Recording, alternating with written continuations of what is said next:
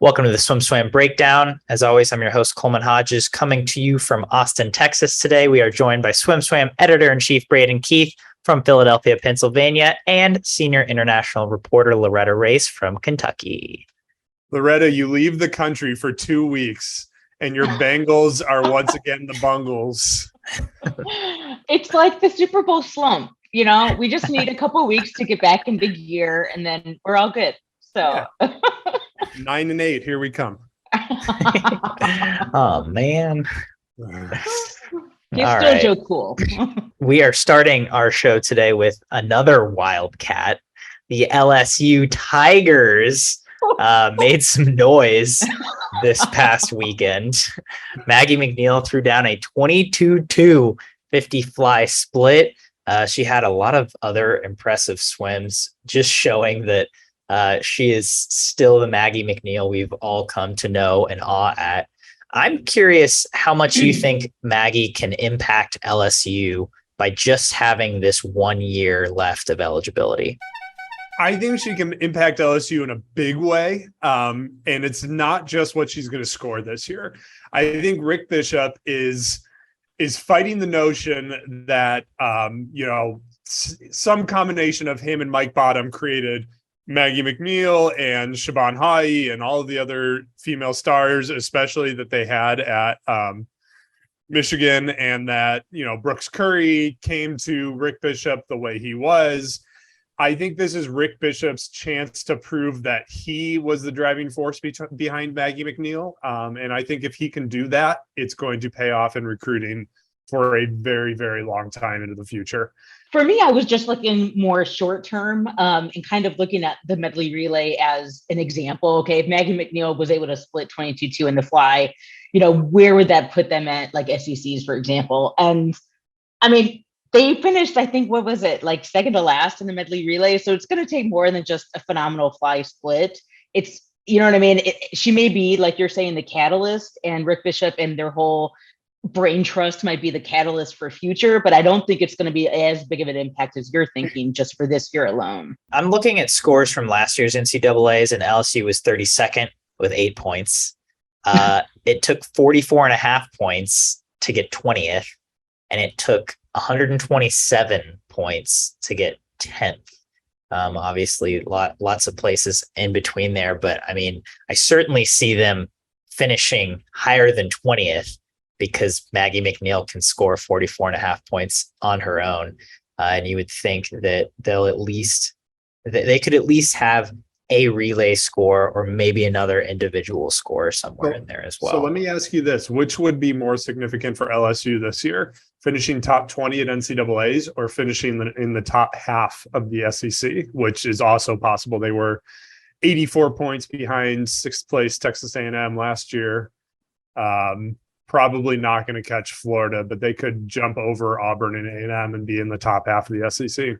For me, it's like baby steps. I mean, take that as, a huge building block for the future. So I think the SEC is kind of more of an impactful milestone.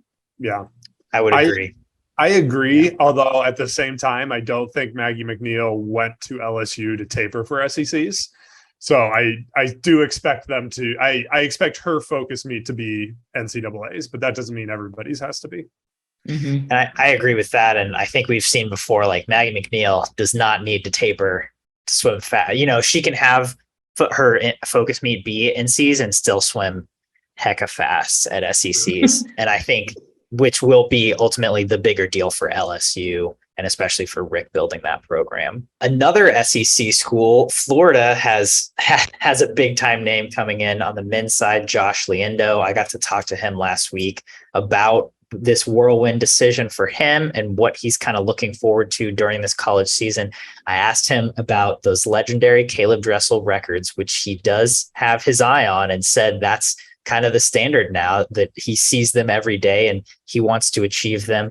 So let's just have the conversation. Which of Caeleb Dressel's 3 NCAA records, 50 free, 100 free, 100 fly, do you think is the most untouchable? So let's set up the records. In the 50 free, he's been 1763. In the 100 free, he's been 3990. And in the 100 fly, he's been 42.80. As much as I wanted to interject his breaststroke and IM races into this, I was told I was not allowed to. No. To me, the 50 free is still the one that sort of boggles me the most. And it's the one that nobody is really like knocking on the door of. I think the 100 free and the 100 fly are touchable. I think there's probably been somebody else who can go 42.80 in the 100 fly in Europe that just swam in short course meters. What's the European record in the 100 fly in short course meters? Surely. You have Jenny Karatishkin 48.48 in a suit in 2009. I remember that. That was like one of the first swim meets I ever covered. So I don't know. It's, I think we always underestimate 50 records because being a 10th away from a 50 freestyle record, you might as well be a second away. But to me, that 50 free still feels stupid. I think Leandro is capable of getting under 40 seconds in the 100 free. And I think he's capable of getting under 43 seconds in the 100 fly. So 1763, that's tough. And we have to remember that Dressel, by his own standard, was always better early in the meet than late in the meet. That was true almost every year for him in NCAAs. It was more obvious some years than other years, but I think if the 100 free was day 2 of NCAAs, Dressel himself could have been 39.6 or 39.7. So that's part of why I think maybe that one's a little more touchable. Yeah, I was looking at Leandro's best long course meters times and then just converted them. So his 50 free is 18.7 converted to short course yard. So that's like a whole second. And I know conversions are, you have to have some latitude with them, but that is like a full second away. And in a 50 free, yes, we haven't seen him perform short course yard. So, we'll have to see the story unfold. But I mean, that's a full second in a 50-yard free, which is like kind of insane. Yeah. Whereas his 100 free converted is 41.39 to 39.90. So that, like, I'm agreeing with you, shockingly, that the 50 free is the more untouchable one, and the 100 free is more kind of in the realm, even just at the outset, of his career. Still 19. Yeah. And yes, Florida exactly. is really doing things with sprinters not named Caeleb Dressel. It's not like he's a one-timer. I do want to make it clear that we here at the SwimSwam podcast will always stand athletes who publicize their goals. So for all the people in the comments shaming him for publicizing his goals, you can go take a long walk off a short bridge because we stand that. And it's not like he was even like, this is what I want to achieve. He was just like, yeah, I'm shooting for him. So what else would his goals possibly be? Exactly. Right. The NCAA is a world championship medalist. What other goal makes sense for him? Like winning an NCAA title over a guy that he beat at the world championships. Like that doesn't seem Brooks Curry. That doesn't seem like a big enough goal. Right. Yeah, I would say if you're not aiming for NCAA goals, or times, like, why wouldn't you be? I mean, that should be, right, the ultimate prize. So kudos to him for putting it out there for sure. Absolutely. I mean, I'm really torn between the 50 free and the 100 fly. I think Leandro himself is much more primed to break the 100 fly record than the 50 free, but I think that so many other people specialize in the 50 free that I could see someone dipping, I could see someone going 17 this year. I could see someone maybe breaking that in the next 5 years, whereas 42.8 puts on display like Dressel's perfect mesh of underwater fast twitch fibers and endurance that I don't think as many people can match. But to me, it's a toss-up between those two. I think Josh Leandro could go 39 this year. Him going 40-point he does too, mid apparently. Wouldn't surprise me. But yeah, it's like I think that one's absolutely touchable, especially because Caeleb seemed tired on the last day. No. Which is funny because at his long course championship meets, he always gets better as the meet goes on. Whereas NCAAs, as Braden pointed out, that was kind of the opposite. They're more walls. He gets tired off the walls. So many walls. Seriously, too many walls. Shifting gears to Josh Leondo's old coach, Ben Titley, who's now I don't know his official title. He's the head coach of Spain. Signet Bro has made the move to Spain to train with Ben Titley. Do you guys see Spain now with Ben Titley becoming somewhat of a hub like Energy Standard was? Obviously not funded in the same way, but do you think we're going to see more and more European athletes start coming to train with Ben? I'm curious what kind of arrangement he has set up with the place he's training, what their agreement was when he came in. I don't think it would surprise anybody that Ben Titley wants to bring in sort of other athletes besides Spanish athletes to train.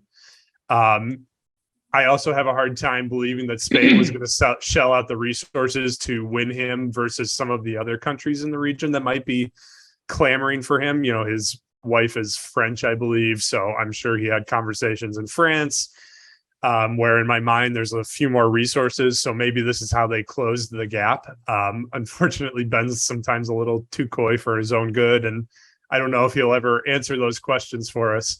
I could see it a little bit. I don't think they're going to let him bring in 8, 10, 12 athletes.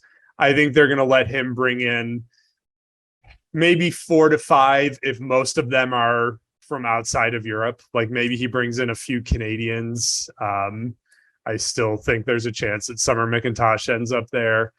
But I don't think this is going to be Energy Standard, because I just don't think that scenario makes a ton of sense for Spain. And I don't think they'd agree to that fully, because Spain has had a lot of talent in the last 5 or 6 years, and not a lot of it has sort of reached its peak potential. So I think they really want him. There's enough for him to do with the Spanish athletes that they're going to want him making sure he focuses on the Spanish athletes and figures out it's much the same situation Canada was in when he went there, right? They had lots of talent, but none of it was really getting over the hump. And he sort of put a structure in place. Anybody in Canada will tell you that, his coaching was great, but what he really did was created sort of developmental pathways that made sense around the country. And that's why we saw this flood of Canadians onto international podiums.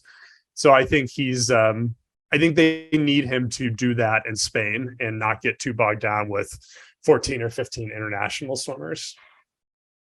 And for me, nothing against Signet Bro personally, but she's not like a huge talent that's going to start this like windfall of other athletes. I mean, maybe, like you said, maybe 4 or 5 will kind of, trickle in, but it's not like, the Florida scenario or something where like all of a sudden we have this like top dogs and they're all kind of, culminated in this one place. So we'll just kind of see what happens. But I think she herself said, I just wanted to start over and like, kind of start fresh. So it might just be a one-off scenario where she herself just goes to Ben Titley, but I don't think it's going to kickstart this, Energy Standard-esque type training environment. Well, the bigger question would be if Kylie Moss is there for good, and she won't answer our messages to tell us. That was my question for you, Braden, because I didn't see a definitive response, so I didn't know if there was an update on that or not. No, we still don't know what her long-term plan is, but just about everybody has left that Toronto training center. Most of the big names, maybe other than Summer, have left Toronto. So I keep hearing Summer is training in Florida. I think she posted a picture with Emma Wyant's younger sister. Yeah, but she was back and forth to Sarasota several times in the last few years, including when Ben was there. So we don't really know much about that, if that means anything. Well, the other question is also, obviously, Fred Vergno moved to Belgium, who was the former Spain, head coach. So it'll be kind of interesting to see if any other foreign nationals kind of trickle over there, just to kind of see if he can attract any talent or if he kind of starts, kind of a hub with that, because there's not like this huge Belgium, hotbed of talent. Hopefully he'll develop it. But, we may see some people kind of follow over there. We'll kind of keep our eye on that too. And Belgium kind of makes more sense to me from that perspective, in that Belgium doesn't have the population to support, 20 Olympic finalists or even 10 Olympic finalists. Belgium has 3 or 4 talents roll through in a generation, and they hope one or two of them works out. And so, supplementing that with foreign swimmers who can push those top domestic talents, to me, makes more sense than in Spain. Moving on to another European nation, is it time for the IOC to let Russian athletes compete again? They said that they were considering it. The IOC said that they were thinking about this. What do you guys think? So this apparently came from a phone call between the IOC president and the athletes committee. And the athletes committee, we have to remember, their job is to represent both Ukrainian and Russian athletes. Just because of what's going on in Russia, they kind of don't lose their duty to the Russian athletes per se. But no, to me, it's not even time for the IOC to have this conversation, in my mind. With the news that's still coming out of Ukraine and some of the terrible, terrible atrocities that are being uncovered, I don't think you can have this conversation until war crimes end.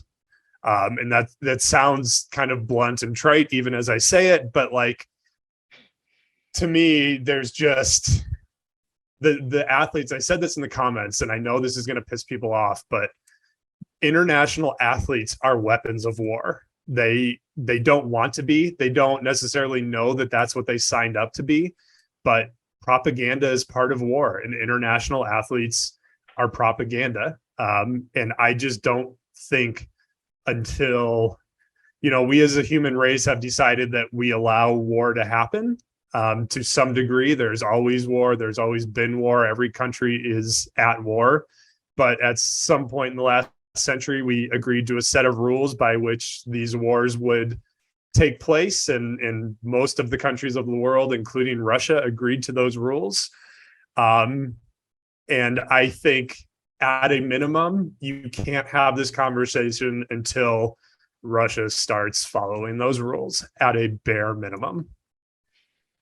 I mean, I agree with you. Honestly, it seems like athletes participating is a little bit trivial in the grand scheme of things. So I don't think it is the appropriate time to have that conversation or make, those ever impacting decisions. So I think it's not even up for discussion. Right. When you hit pools with missiles, what else can you say? How can you say, oh, the athletes, it's not their fault? They're hitting pools with missiles. They're hitting sporting facilities with weapons and bombs. To me, that makes sports absolutely part of the conversation, and part of the war. Those things aren't happening on accident, right?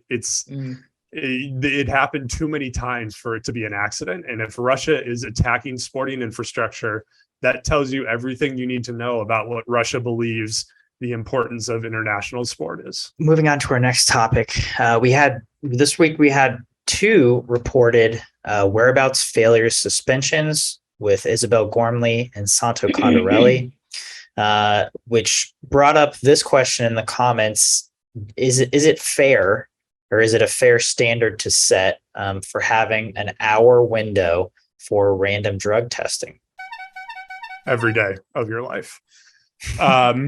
Yeah, it's an interesting question. And I definitely think it's fair to ask if there should be more tiers within the drug testing system. And there are some tiers in the US where some athletes just have to generally keep USADA apprised of where they're sleeping at night, whereas others have to give that hour window every day, all day, every day. I think this is something you sign up for when you're an elite athlete. Swimmers at Isabel Gormley's level are not actually being drugged. It's not like they're actually being drug tested every day. Usually the only reason she would be tested by USADA 3 times in a year, at her level, she's a good swimmer. She's an Olympic trials top 40 swimmer, but she's not on international teams. And the only reason, senior international teams, I should say, because I think she was on the World Juniors team. The only reason she'd be tested 3 times in a year is because she missed the first one and then missed a second one. And then they're obviously going to target that person for a third test. And she would have, I would assume she would have had ample notice and ample warning after the first two. You know, to me, the reason this system is tenable is that you get those two freebies.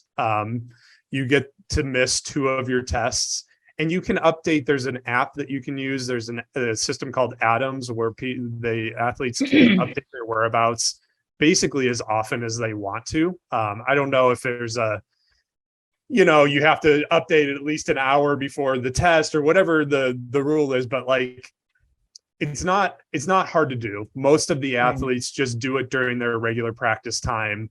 It's not like they're missing the party or whatever to do it.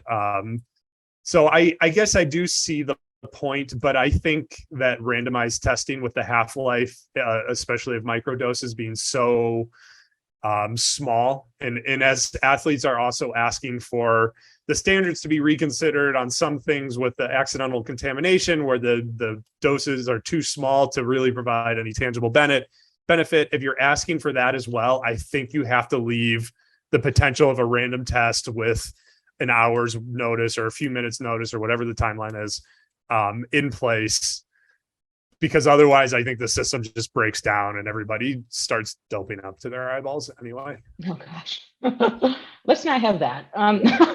I think what you said, that they sign up for that. I mean, it's part of the process. It's part of being an elite athlete. And think of the hundreds of athletes that abide by that, no problem. It's only the random few here and there. If we saw a widespread problem where it was like, just this huge challenge, to update or to notify people, that'd be one thing. But like 99% of the athletes are able to do this, no problem. So I think these are just anomalies, and it's just part of not abiding by what they need to abide by, but it doesn't mean the whole thing has to be changed. I think there's something to be said that there seems to be an ongoing link between athletes who are having mental health problems and missing their whereabouts filings. So I could be in favor of, number one, giving athletes more support, maybe from their national federations, and maintaining these things and yada, yada, yada. Helping them deal with their mental health problems before they miss 3 tests would be great too. But there are options, whether the athletes know it or not. They can retire. They can, if they're having mental health problems, they can temporarily retire, and then they would just have to sit out 120 days before they went back in. And so if you're a college athlete like Isabel Gormley is, and you're saying, I can't do this drug testing thing, I can't do this hour whereabouts thing until I get my head right, there's nothing that stops you from retiring. She doesn't need to swim another WADA umbrella meet for another 4 months, and she can retire for a few months, formally retire, which doesn't stop her from training, doesn't stop her from competing in the NCAA, and then be back in time for winter nationals or trials in the spring or whatever the next meet is. Do you think that's common knowledge? You know what I mean? Do you think that athletes know that? I don't know how. It's hard to say if it's common knowledge. My guess is that many of the athletes don't think of that because they hear the word retire. Right. The R word. We can't even get the athletes who are retired to say that they're retired. Right. So getting athletes who are not retired to sign paperwork saying they're retired might be a big ask. But again, I think more, especially once you get the 2 missed tests, national team director or support or USADA or USA Swimming, somebody ought to be on the phone with these athletes, helping them figure this out, come up with a plan to work it out. Their coaches, I don't know if the coaches are notified. Maybe the coaches don't know, but I would think the national governing bodies would know and could provide additional support. That's all the athletes keep asking for, right? More support, more support, more support. So maybe that's. Are you certain that the governing bodies would be informed of a missed test? Because I mean, obviously you don't want to assume that there's like statewide doping or anything like that, but do you think that they wouldn't inform the governing body because they wouldn't want it tampered with? I don't know. Let's ask. I'll ask somebody when we get off the podcast. I don't know if they'll answer us, but why not? To me, the athlete can tell the governing body just as easily as USADA can tell the governing body, right? Like there's nothing stopping Isabel Gormley from calling USA Swimming and saying, hey, I've missed 2 tests. So not telling USA Swimming seems like it would be kind of, it wouldn't achieve a whole lot. And so if they're not, maybe they should be. That's a good point. Well, that's our news for the week. And now it's time for our favorite game on the SwimSwam Breakdown, Sink or Swim. First up today on Sink or Swim, Rowdy Gaines sat down on NBC and talked about his favorite topic and athlete, Caeleb Dressel. He said, which I've heard so many different versions of this claim, but Rowdy's theory was that it takes half a day for every day taken out of the pool to get back in shape. Do you sink or swim the Rowdy Gaines theory? Sink, because I was raised on it takes 3 days for every 1 day, because that's the lie that the coaches needed to tell us to make sure that we showed up to practice every day. Nobody knows the answer to this, and there's so many variables: who you are, what kind of training you're doing, what kind of events you're swimming, what you're doing in the off season. You know, if Caeleb takes 4 months out of the water and he's throwing bales of hay for 4 months, it's not going to take him as long as if he's just driving his tractor around for 4 months. So I'm sinking it. It's fine. I don't know. I think if Caeleb's out until December, unless he's like hitting the weight room hard or something along those lines, I think he could be in a little bit of trouble because we don't know when trials are yet next year, but it's early, right? It's late June, like last week of June. Yeah, so if it's late June, I was thinking they were doing another early meet in Fukuoka, but if it's late June, I think that's plenty of time for him to get on the team. I don't know if he's going to win everything at Worlds, but I think that's enough time for him. I'm thinking it too, because I don't think there's any tried and true formula or method. I think it totally, like you said, Braden, depends on what you're doing out of the water. Like, are you just on the couch eating Twinkies, or are you actually running, or are you doing weights, and again, the events that you're doing? Because who was it? Ed Moses, like, practiced twice in 4 years and like went to Olympic trials. You know what I mean? There's all these breaststrokers. Yeah, we're talking real swimming, Loretta. Okay, well, anyway, I don't think there's any, proven method to the days other than, just saying it's a half day for one person, 2 days for another person. Who knows? So I'm sinking it. Yeah, I gotta sink that one, Rowdy. I just can't. Half a day for every 1 day. I mean, I don't know. Maybe for the savants like Rowdy and Caeleb, who just have immaculate feel for the water and are the peak of the peak of athletes. Maybe that's the ratio, but I think generally that. So I haven't done a legit swim workout in 9 years. So that means it would take me 4.5 years to get back in shape. I can buy that. But we're still talking your shape and not like. Well, right. And I will only at that point be 13.5 years older than I was 9 years ago. So I think that math definitely checks out. Next up, Peter Paulus earned a spot on Texas's roster after a really cool comeback story. Which we wrote about earlier this week on SwimSwam. He was national college club champion in multiple events. He had a really great meet there where he swam for Colorado Boulder. Now he's on Texas's roster. He was a former teammate of David Johnston. He trained with him this summer. Now he's in Austin at UT. Notably, he split 21-3 in the 50 fly at those college club championships. I'm curious if you think that Paulus will ever be on an NCAA relay for Texas. I'm going to swim it because he was only out of the water for 6 months. So it should only take 3 months to get back to where he was. How many guys can say that they went a lifetime best at the collegiate club championships? Maybe more than I'm giving credit for. I think that's super cool. 20.19 is really fast for the collegiate club meet, which is mostly sort of hobbyist trainers that are mixing their training with heavy drinking. If I recall anything about collegiate club sports. And again, people who we're going to hear from, collegiate club swimmers, they are the angriest group of swimmers on the face of planet Earth. I think he will. You know, it's clear to me he's a good athlete. He went 23.7 in long course over the summer, which is a pretty legit time. I think athletes are going to athlete, and I don't know if he'll make a 400 free relay. I think Texas is going to be a little thinner going forward. I don't think it's going to be the same thing where they qualify 23 or 24 athletes to NCAAs every year. I'm not sure that trend is going to continue.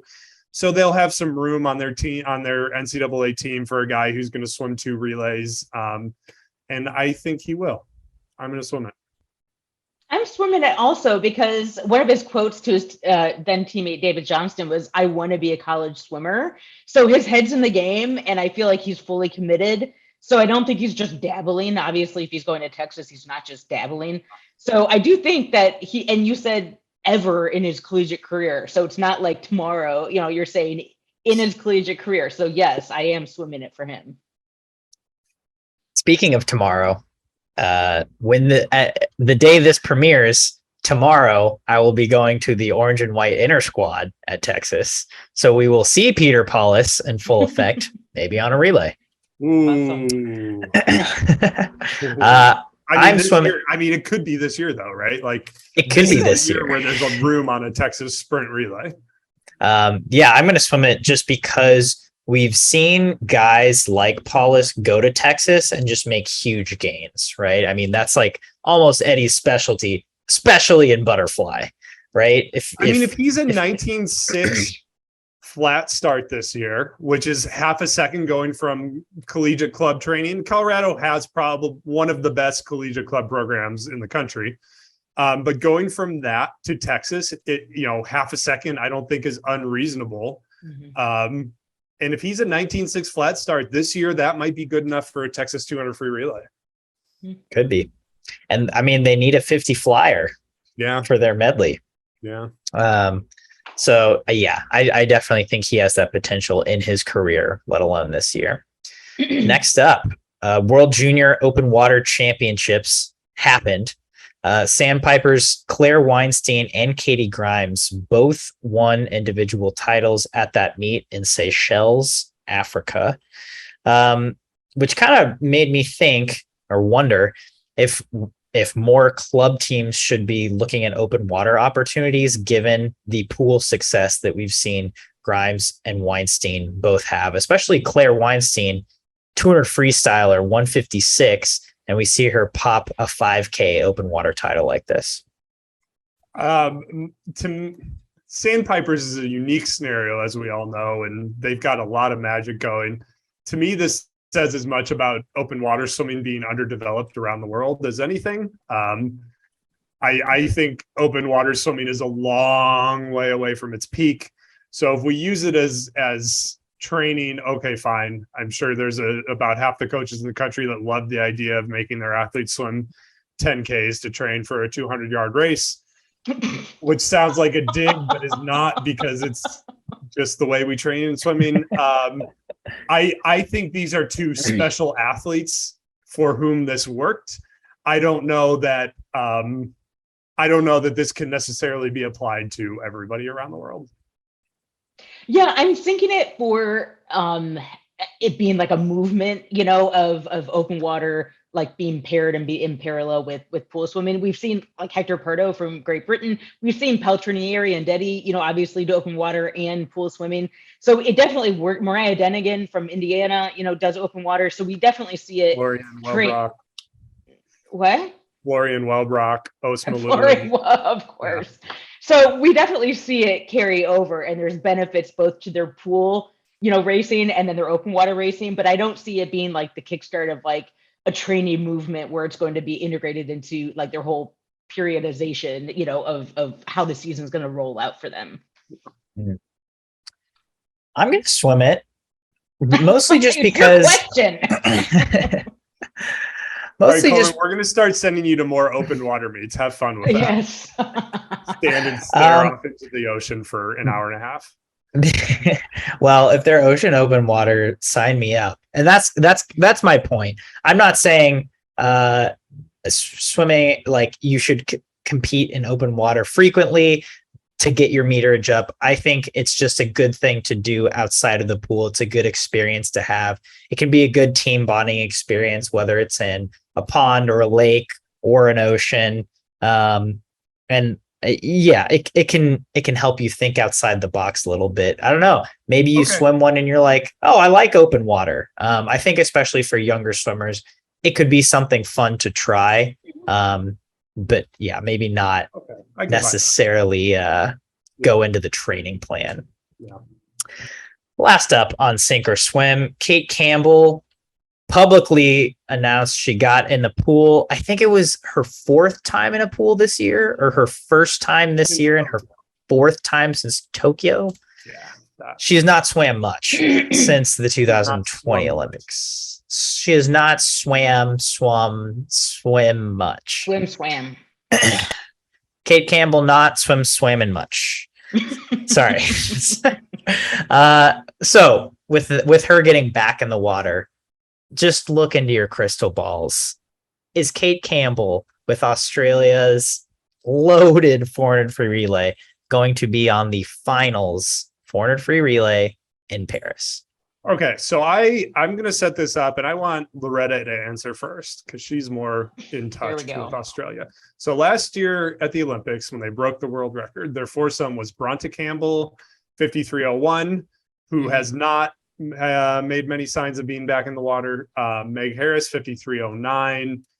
Emma McEwen, 51.35. Cate Campbell, 52.24. We know Molly O'Callaghan is going to be somewhere probably a 51, right? So that replaces 52 low, 52 low flat, whatever. So that replaces Bronte. What did Meg Harris do this year? She was 53.0 on a split at the Olympics. She's got to be able to go 52.5. I have to believe she was the one with the she broke her arm. Yeah, elbow, I think, or yeah. Was it arm? Yeah, which we've seen in a number of swimmers is not like a great long-term impediment. So to me, Cate Campbell's got to be able to go 52.4 to make that relay. I think they're going to crush the world record again in Paris. So she's got to be able to go 52.4 to make that relay. I think that's plausible, but I think she's towards Paris taking on more of sort of a mentor, big sister kind of a role. And to me, that sets her up to swim a solid 52 high prelims leg, get them safely into the final and hand off to a younger swimmer. So I'm going to sink her on the finals relay. You said I was going to answer first. Oh, I did. Okay. I take back my answer until I hear Loretta's answer. No, I'm swimming it because yes, I agree with you. She's in the mentor, in that kind of, not figurehead, but in that kind of space. But she is a killer. She's an athlete. She wants to go out on top. So I don't think she's going to settle just for a prelim swim. And, Maddie Wilson, who has also been, on some of these relays, she's going to be 32, I believe. And Cate Campbell is also going to be 32. So if we're throwing Maddie Wilson into the mix, we also have to talk about Cate Campbell. And I think Bronte's going to be out. Into the mix. Huh? I'm not throwing Maddie Wilson into the mix. I am. Well, not for a finals relay. Well, okay. Bottom line, Cate Campbell, yes, she'll be in the final. Okay. So now that we've heard Loretta's opinion, I'm still sinking it. Was she a killer before? And isn't her whole thing about not being a killer now? Isn't that what she says? Is that she's? But that's what she said. She always says that before the Olympics. She's always like, I'm finding my feeling with the water again. I want to be one with the water again. And then she gets into training mode. I mean, so you're not going to go to an Olympics and not going to want to be in a final, especially your last hurrah. Like Michael Phelps' last race was a relay. Her last race will be a relay, and she'll want it to be in the final. No, I'm sinking it. Just looking at world champs in the 400 free relay where they went 3:30.9, which is pedestrian for them, but no one else in the world can do it. Maddie Wilson was 52.6. Meg Harris was 53.00. 52.6, not And Shayna bad. Jack was 52.6. So I agree with Braden. I think Cate Campbell would have to go 52.4 to safely be on that finals relay. And I do not see that happening because that is really fast. And I Yeah, think and she's really and fast. she is really fast, but in two Too loud. years gives her 2 more years of aging, and it gives all the youngsters 2 more years of aging. And I think she'll make the Break team. their arm I think again. They can she'll break their arm. be a They're mentor. free accident. So I just don't Loretta's see it. swimming on the basis of 3 broken arms in the Australian relay. That should be the title of a movie. Swimming on the basis of 3 broken arms. Oh gosh. And with that, that's our breakdown for the day. Tune in every week for your week's news in swimming to the SwimSwam Breakdown.